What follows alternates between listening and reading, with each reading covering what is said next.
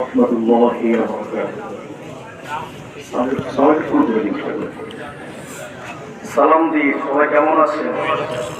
সালাম দেওয়া সুন্নাত, উত্তর দেওয়া ওয়াজিব না? ওই সালাম উত্তরটা দিবেন। আসসালামু আলাইকুম ওয়া রাহমাতুল্লাহি ওয়া বারাকাতুহু। বুখারী শরীফের একটা হাদিস, বুখারীর শুরুতে একটা হাদিস দিয়েছেন, ইন্নামাল আ'মালু বিন্নিয়াত। সকল কিছু নিয়তের উপর নির্ভর করে। আপনি এখানে বসছেন, আসছেন শোনার জন্য, কিছু শুনবেন, জীবনকে পরিশুদ্ধ করবেন, জীবনকে জান্নাতময় করার জন্য কি সবাই এখানে এই নিয়তে আসছেন, নাকি অন্য নিয়ত? এই নিয়ত। আর বুখারী শরীফের শেষ হাদিসটা কি ছিল? কালিমাতানি হাবিবাতানি তাকিলাতানি খাফিফাতানি। আসমান জমিনের সকল ফারাক জায়গাগুলা রব্বুল আলামিন পূরণ করে দেন।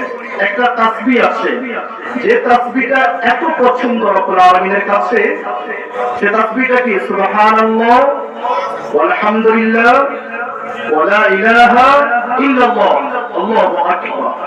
সুলাইমান আলাইহিস সালাতু ওয়াস সালামের জাহাজ পর্যন্ত সুবহানাল্লাহর বিনিময় দেওয়ার জন্য তিনি চেষ্টা করেছেন। এত দামি সুবহানাল্লাহ। সুবহানাল্লাহ বললেন না? সবাই আমার সাথে এই সঙ্গীতটা ইনশাআল্লাহ আওয়াজ করে গাইবেন।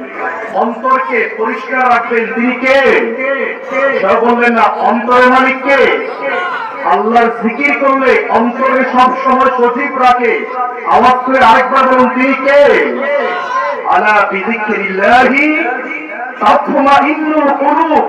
অন্তরকে প্রশান্তি রাখতে চান, অন্তরকে সজীব রাখতে চান, জীবন্ত রাখতে চান, সব সময় জিকির করবেন কার? সুবহানাল্লাহ